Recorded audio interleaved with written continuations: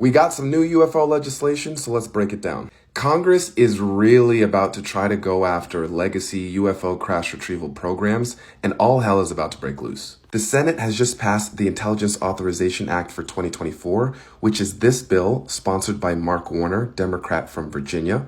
And the goal of the IAA, which is passed annually or biannually, is to handle policy changes, budgeting, oversight, and reporting requirements that Congress in the legislative branch dictates to the intelligence community in the executive branch. In Section 1104, we see this new provision, funding limitations relating to UAP, and this effectively breaks down how Congress wants to defund all legacy or current crash retrieval and reverse engineering programs related to UFOs. Like most legislation, it starts off with some key definitions here. So who are the appropriate committees in Congress? In this case, Intelligence, Armed Services, and Appropriations in both the House and the Senate.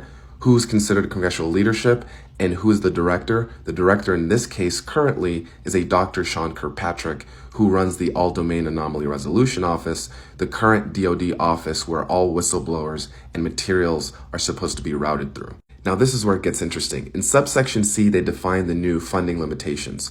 No amount of money, in part or in whole, can be used towards the operation of a UFO program, even if it's special access or restricted access, which is a big key point, unless it's been reported to Congress. They then go on to define the specific activities that would qualify, from recruitment of personnel to the analysis of the material itself, to the management of the information security process that is preventing the disclosure of the programs, as well as any efforts to replicate the foundational technology. And they're not only defunding the UFO programs, they're also creating an amnesty program for whistleblowers.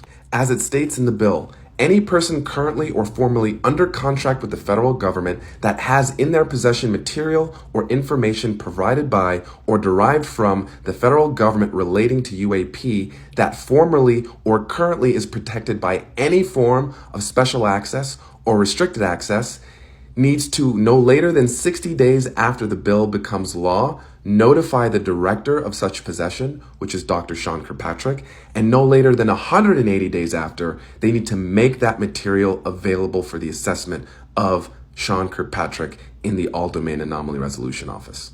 The new bill also provides immunity for whistleblowers. Quote, no criminal or civil action may lie or be maintained in any federal or state court against any person for receiving material or information described in the subsection above if that person complies with the notification and reporting provisions described in that subsection. So, after 60 days, if you come forward, no jail.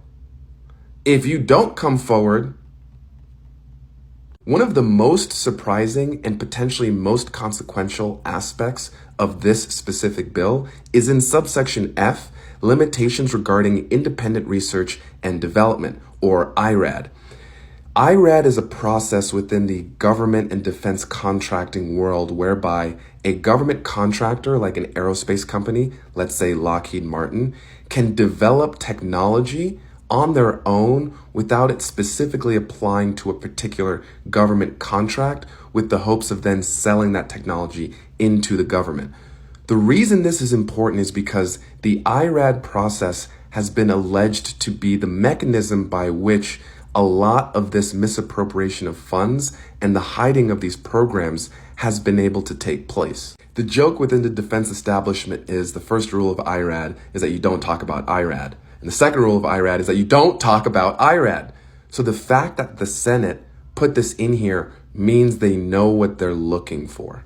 And just a last note here in subsection G, there is a requirement for the director of the All-Domain Anomaly Resolution Office to report this to Congress as well. Mind you, this is just one of multiple efforts happening in parallel in Congress right now related to UFO disclosure.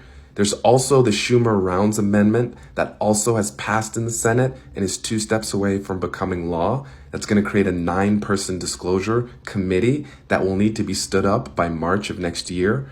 The House is currently demanding the creation of a new subcommittee on UAP with subpoena power, and the House has also stated that they're willing to invoke the Hallman Rule, which will allow them to fire specific people and defund specific programs at the congressional level at any time without legislation. So this is really starting to get intense.